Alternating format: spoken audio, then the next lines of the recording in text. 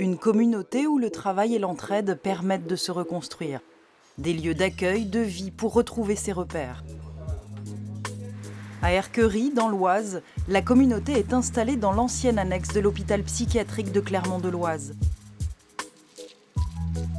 Thomas fait partie des 32 compagnons de cette communauté. Chaque jour, il s'occupe du jardin. J'aime bien être à l'extérieur, être avec la nature, faire pousser des plantes. Ça, c'est mon truc à moi. Et ce qui m'a permis Emmaüs de faire aussi, parce que le jardin il était abandonné avant que j'arrive, il n'y avait pas de jardin. J'ai repris tout à zéro. J'ai remis des tomates, un peu de courgettes, carottes, j'ai mis aussi des échalotes, de l'ail. Ça après, ça va à la cantine de la communauté et je vais partager à tous les compagnons. Un esprit de partage qui se retrouve aussi dans le travail. Vous avez besoin d'un coup de main ?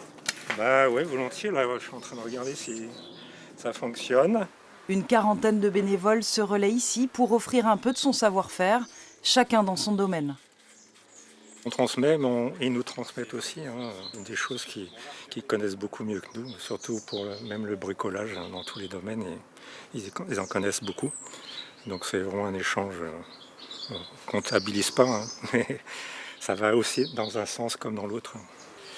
On a besoin de vivre aujourd'hui, peut-être plus encore aujourd'hui, cette solidarité avec les autres, surtout lorsqu'elle est un peu remise en cause par beaucoup.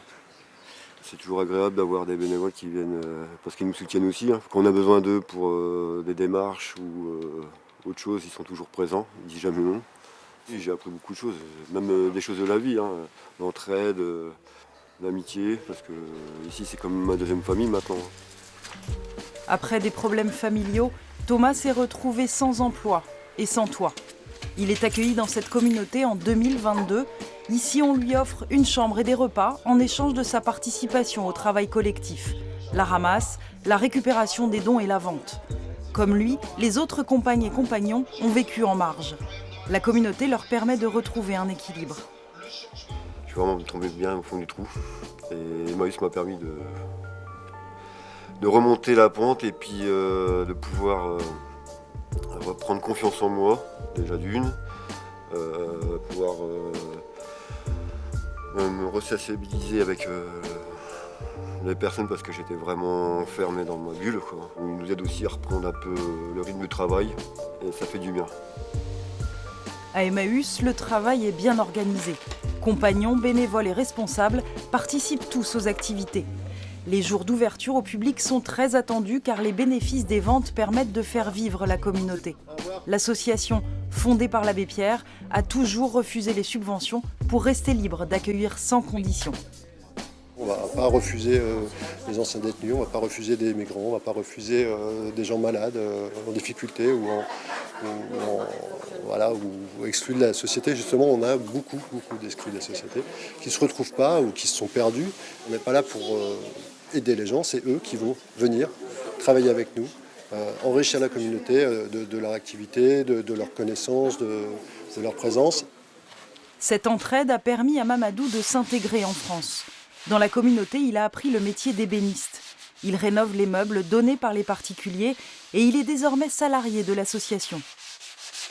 Tout ça, c'est grâce à Emmaüs. Ils m'ont aidé. J'étais dans la rue, je ne savais pas où aller. Et maintenant, je suis salarié, j'ai eu mes papiers, j'ai un appartement, j'ai la famille. Maintenant, je dors tranquille. Voilà.